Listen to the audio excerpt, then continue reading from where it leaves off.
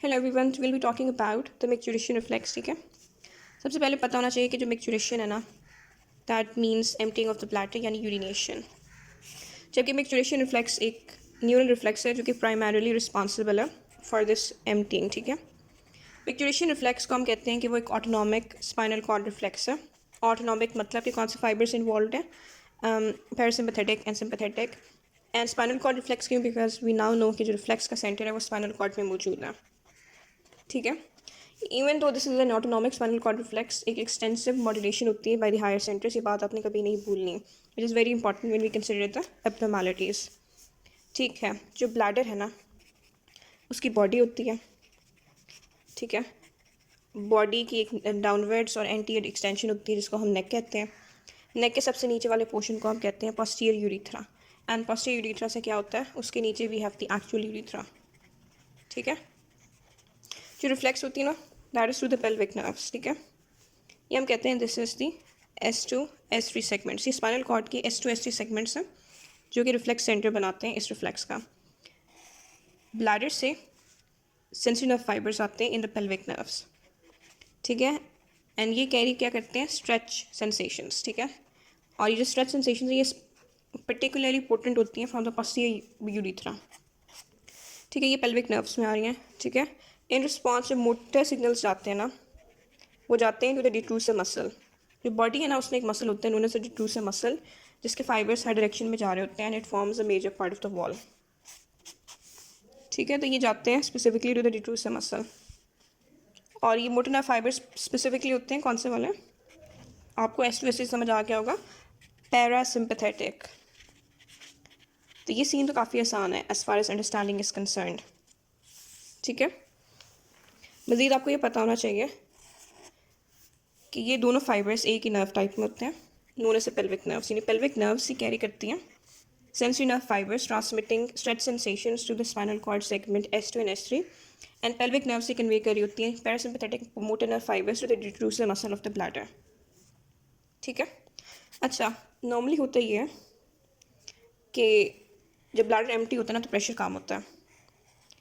Bladder में 30 to 50 ml urine fill होता है, थोड़ा सा बढ़ता है, 5 to 10 centimetre of mercury pressure develop होता है। मज़ीद 200 से लेकर 300 ml यूरिन का बेसिकली बिल्डअप होता है, कोई फ़र्क नहीं पड़ता। जैसे ही 300 और 400 से ज़्यादा प्रेशर होने लगता है ना, तो फिर एकदम से प्रेशर राइज़ करने लगता है। जब प्रेशर एकदम से राइज़ करने लगता है तो सारे स्ट्रेच रिसेप्टर्स जो वॉल में होती हैं उनकी स्टिमुलेशन होती है, स्पेशली वो जो कि पोस्टीरियर यूरिथ्रा में होते हैं। ठीक है, एंड बिकॉज ऑफ दिस एक मैक्चुरेशन रिफ्लेक्स डेवलप करती है जिसकी कंट्रैक्टाइल फोर्स काफ़ी ज़्यादा होती है।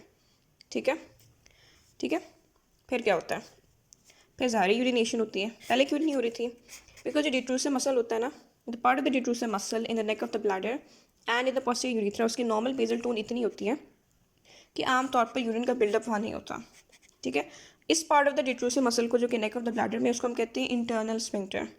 ठीक है, जब मैक्चुरेशन रिफ्लेक्स डेवलप करती है एंड बॉडी पावरफुली कंट्रैक्ट करती है, एक तो मज़ीद फ्लूइड यहाँ जमा हो जाता है, दूसरी बात इंटरनल इनर स्फिंक्टर रिलैक्स करता है क्योंकि अब उसके बेजल टोन के प्रेशर से ज़्यादा प्रेशर डेवलप हुआ है बॉडी में। ठीक है, पहली ये बात है टू अंडरस्टैंड। ठीक है, दूसरी बात ये कि मैक्चुरेशन रिफ्लेक्स है it's kind of self regenerative. पहली बार वो it is been initiated.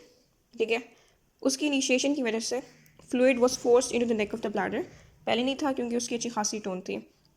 मैक्चुरेशन reflex से अभी मैक्चुरेशन नहीं हुई, लेकिन because of the fact that the urine was forced into the neck of the bladder, वहाँ प्रेशर बढ़ गया तो मज़ीद सिग्नल्स जाएंगे सेंसरी नर्व फाइबर से और एक और मैक्चुरेशन रिफ्लेक्स होगी दैट वुड बी स्ट्रॉन्गर, और इस मैक्चुरेशन रिफ्लेक्स की स्ट्रेंथ बढ़ जाएगी और साथ में उनकी फ्रीक्वेंसी भी, अनटिल इवेंचुअली या तो मैक्चुरेशन होगी या नहीं होगी। समटाइम्स फिर भी मैक्चुरेशन नहीं होती, उस केस में मैक्चुरेशन रिफ्लेक्सेस खुद ही रुक जाती हैं कुछ मिनट्स के लिए, समटाइम्स इवन आवर्स के लिए। इनहिबिशन होती है हाई सेंटर से एंड फिर रिपीट वाला प्रोसेस होता है। ठीक है, अच्छा, ये मोटी मोटी बातें पता होनी चाहिए, लेकिन this is right now we just considering the fact कि मैक्चुरेशन रिफ्लेक्स इटसेल्फ क्या है, बट वी डू नो कि micturition reflex are indeed having some amount of influence from the CNS, बल्कि मैक्चुरेशन एज अ होल पर भी influence है। ठीक है, उसके लिए पिडेंडल नर्व्स होती हैं। जो पोस्टीरियर यूरिथ्रा है ना, एंड यूरेथ्रा इटसेल्फ है, वो यूरोजेनिटल ट्रायंगल के थ्रू गुजरता है। यूरोजेनिटल डायफ्राम के कुछ मसल्स एक बेसिकली स्फिंक्टर बनाते हैं around the urethra known as the external anal sphincter, ठीक है, जो डिट्रूसर मसल था ना और इवन जो इंटरनल एनल स्फिंक्टर था वो तो स्मूथ मसल थे. External anal sphincter is skeletal muscle, सही है. तो इसकी सोमैटिक इनोवेशन है जो कि पुटेंडल नर्व करती है, ठीक है.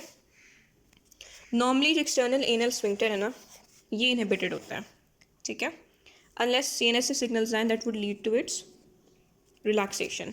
इसके अलावा होता है सिंपैथेटिक्स. सिंपैथेटिक्स भी आ रही होती हैं, वो L2 सेगमेंट से आ रही होती हैं. इनका कोई खास मकसद नहीं होता डिट्रूसर मसल की कंट्रैक्शन में, ये सिर्फ वेज़ोमोटर होती हैं टू द ब्लड वेसल्स, ठीक है. और समटाइम्स इरिसेट के पेन फाइबर्स भी कंडक्ट करती हैं. अब थोड़ी डिटेल्स देखते हैं वॉलंटरी कंट्रोल के मुतालिक. पहली बात ये कि मैच्योरेशन जो रिफ्लेक्स है ना, ये जो सब कुछ हो रहा है इस तरह नहीं हो रहा होता हर वक्त, obviously, because maturation reflex is normally a bit inhibited by the CNS, ठीक है. सीएनएस ने इस रिफ्लेक्स को थोड़ा बहुत इनहिबिट किया होता है, इस तरह नहीं हो रहा होता, ठीक. दूसरी बात ये कि अगर इवन मैच्योरेशन रिफ्लेक्स हो जाए that should be leading to urination, if मौका मुनासिब नहीं है तो in spite of there have been a micturition reflex that was initiated, external anal sphincter की कॉन्ट्रैक्शन की वजह से मैच्योरेशन नहीं होती, because that is not an appropriate time. पहले तो रिफ्लेक्सेस डेवलप ही नहीं उतनी हो रही होती है, इनहिबिशन करता है बिकॉज ये ऑपरट्यून टाइम नहीं है, ठीक है. अगर हो जाए तो external anal sphincter can still hold it इन.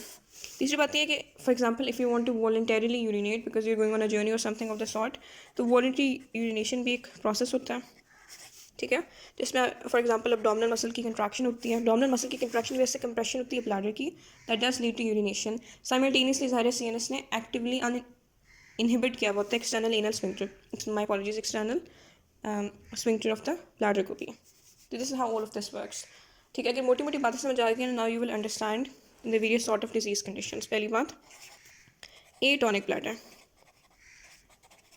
जो एटॉनिक ब्लैडर है ना उसमें क्या होता है, उसमें किसी वजह से सेंसरी नर्व फाइबर्स डैमेज हो जाती हैं. दो वजूहत हो सकती हैं, या तो क्रश इंजरी थी S2 S3 सेगमेंट्स की स्पाइनल कॉर्ड की जिसकी वजह से सेंसरी रूट डैमेज हो गया, या फॉर एग्जांपल देयर वाज टेबीज डॉर्सालिस. टेबीज डॉर्सालिस एक मैनिफेस्टेशन है सिफिलिस की जिसमें कंस्ट्रिक्टिव फाइब्रोसिस होती है डॉर्सल रूट्स की. In this particular area specially dorsal root क्या होते हैं, dorsal root of the spinal cord में सारे सेंसरी फाइबर्स होते हैं. इससे atonic bladder means a bladder without a normal tone, because higher this has been, ये अब रिफ्लेक्स हो ही नहीं रही. नॉर्मली ये रिफ्लेक्स होती है ना, पहले स्ट्रेच होता है, स्ट्रेच से मोटे नर्व फाइबर्स जाते हैं, अब ये रिफ्लेक्स अब नहीं हो रही. तो this leads to something known as overflow incontinence. Normal periodic emptying नहीं होती जैसे कि होनी चाहिए बिकॉज रिफ्लेक्सेस नहीं हो रही हैं. ब्लैडर ओवरफ्लो करता है टू कैपेसिटी और फिर एम्प्टी करता है a couple of drops at a time, because इतना ज़्यादा यूरिन बिल्डअप हो जाता है कि ज़ाहिर है muscles have to give in, empty a few drops at a time. तो this is the first type. मजीद एटॉनिक ब्लैडर के बाद ऑटोमेटिक ब्लैडर. ऑटोमेटिक ब्लैडर का मतलब है कि समहाउ सीएनएस के इफेक्ट नहीं हो रहे ना, ऑटोमेटिकली मैच्योरेशन रिफ्लेक्सेस हो रही हैं without any modulation from the CNS. ये तब होती हैं जब सेकल सेगमेंट्स के ऊपर इंजरी हो. ये S2 S3 सेगमेंट है, लीजन उसके ऊपर है. पहले तो एक पीरियड ऑफ स्पाइनल शॉक होता है जिसमें ये रिफ्लेक्सेस हो ही नहीं रही होती. उस दौरान अगर आपने ब्लैडर के फंक्शन को प्रिजर्व कर लिया है by artificially emptying the bladder ताकि स्ट्रेच एंड डैमेज ना हो, तो कुछ हफ्तों बाद मैच्योरेशन रिफ्लेक्सेस वापस आ जाती हैं.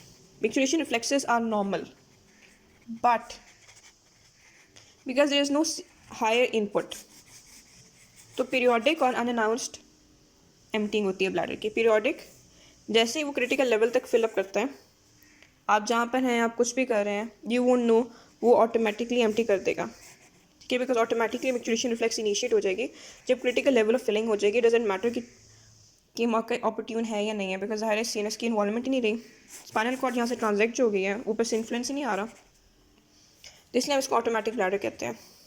Then there is uninhibited neurogenic. उसमें ये होता है कि पार्शियल डैमेज होता है अबव द सेक्रल सेगमेंट, जिसकी वजह से अनइनहिबिटेड क्यों कहते हैं, बिकॉज इनहिबिशन वाले सिग्नल्स तो अब नहीं आ रहे होते लेकिन एक्साइटेटरी सिग्नल्स आ रहे होते हैं. तो इसका मतलब है कि जो मैच्योरेशन रिफ्लेक्सेस हैं वो होती तो नॉर्मल है लेकिन हाइपर एक्साइटेबल हो जाती हैं और ऊपर से कंट्रोल भी नहीं होता.